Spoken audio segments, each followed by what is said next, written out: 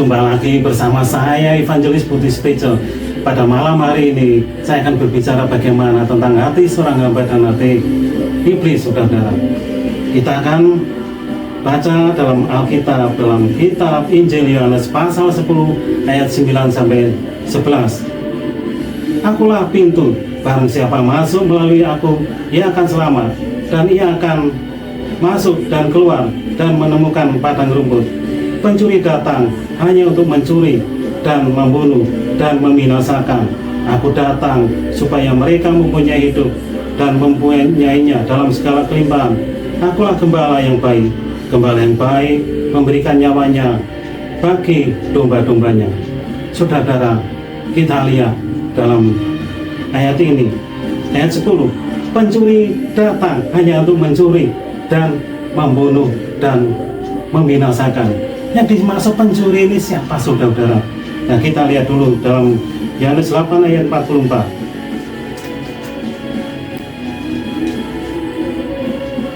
Iblislah yang menjadi bapamu, dan kamu ingin melakukan keinginan-keinginan bapamu.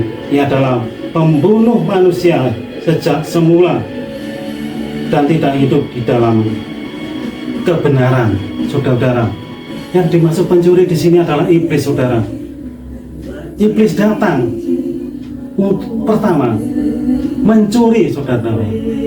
Yang dicuri apa oleh iblis?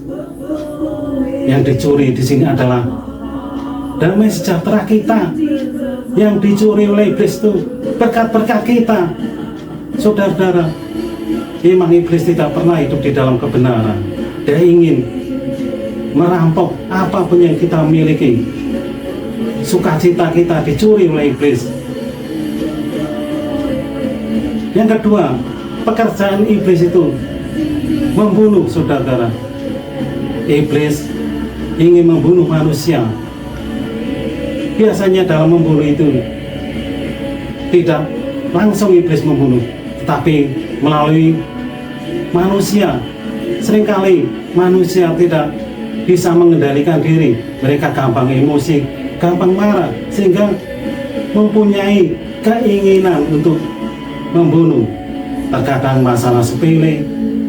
Beberapa waktu yang lalu ada kejadian yang sangat menggegerkan di Madura. Kejadiannya begini, saudara. Itu kejadiannya tanggal 12 Januari tahun baru ini, saudara. Masih dalam tahun 2024, masih awal tahun ya. Nah, itu ada seseorang, dia menegur temannya. Waktu itu dia lagi jaga di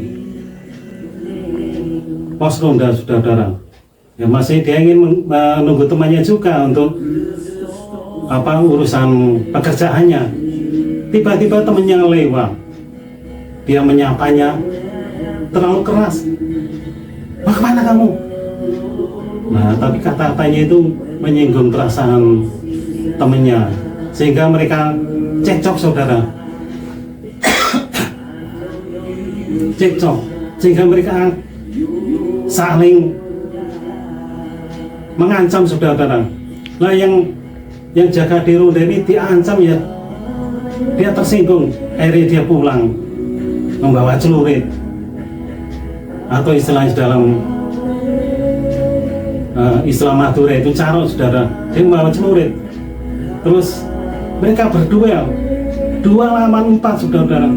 Sehingga mereka saling serang pakai celurit, sehingga temannya itu mati, saudara.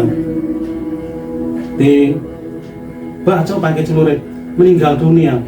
Nah, ini kan suatu hal yang sia-sia, saudaranya. Masalah omongan yang tidak mengenakan, sehingga temannya itu harus meregang nyawa. Itu karena apa? Karena iblis memanas-manasi dalam hatinya supaya emosi, supaya marah, supaya mempunyai keinginan untuk membunuh. Dalam kejadian lain, saudara, suatu saat ada seorang bapak-bapak, dan dia lagi kencan dengan seorang gadis. Seorang gadis itu hanya mengatakan, "Kamu tuh loyo, sudah gak bisa lagi melakukan lagi. Bapak-bapak ini tersinggung sehingga si gadis ini dicekek sampai mati hanya karena masalah omongan. Dia tersinggung. Ini siapa yang memprovokasi saudara-saudara? Ini adalah iblis yang mendorong bapak-bapak ini membunuh saudara-saudara. Pekerjaan ini iblis yang ketiga, yaitu membinasakan. Artinya membinasakan adalah menghancurkan bumi saudara-saudara. Yaitu dengan apa? Dengan perekonomian dunianya semakin kacau akhir-akhir ini saudara. Mencari pekerjaan sulit, mana ada wabah COVID Corona beberapa tahun yang lalu saudara. Bukan beberapa tahun yang lalu, kira-kira setahun yang lalu lah, sekitar tahun 2019 sampai awal-awal tahun 2023 ya saudara. Itu wabah COVID melanda sehingga ekonomi sempat hancur saudara. Nah, itulah dihancurkan oleh iblis ekonomi dunia.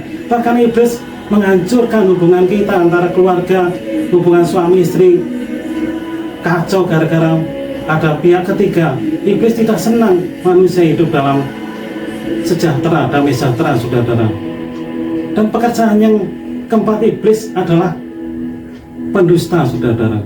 Dia adalah bapa segala dusta. Apabila dia berkata dusta, dia mengatakan dari dirinya sendiri. Karena itu iblis bekerja luar biasa di bumi ini untuk melakukan dusta. Dimaksud dusta ini adalah penipuan saudara.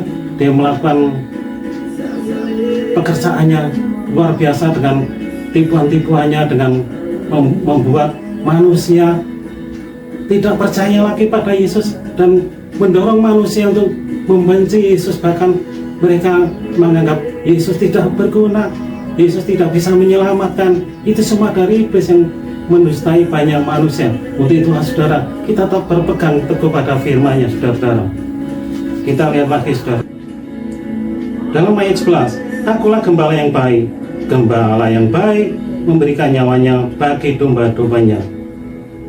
Itulah Yesus adalah gembala yang baik saudara-saudara. Gembala yang baik rela memberikan nyawanya untuk domba-dombanya. Siapa yang mempunyai hati seperti itu selain Tuhan Yesus Kristus? Tidak ada saudara.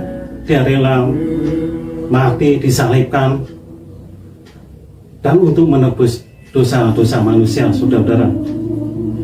Kita lihat dalam ayat 9. Akulah pintu, barang siapa masuk melalui aku, ia akan selamat dan ia akan masuk dan keluar dan menemukan padang rumput. Inilah Yesus sendiri mengatakan, akulah pintu.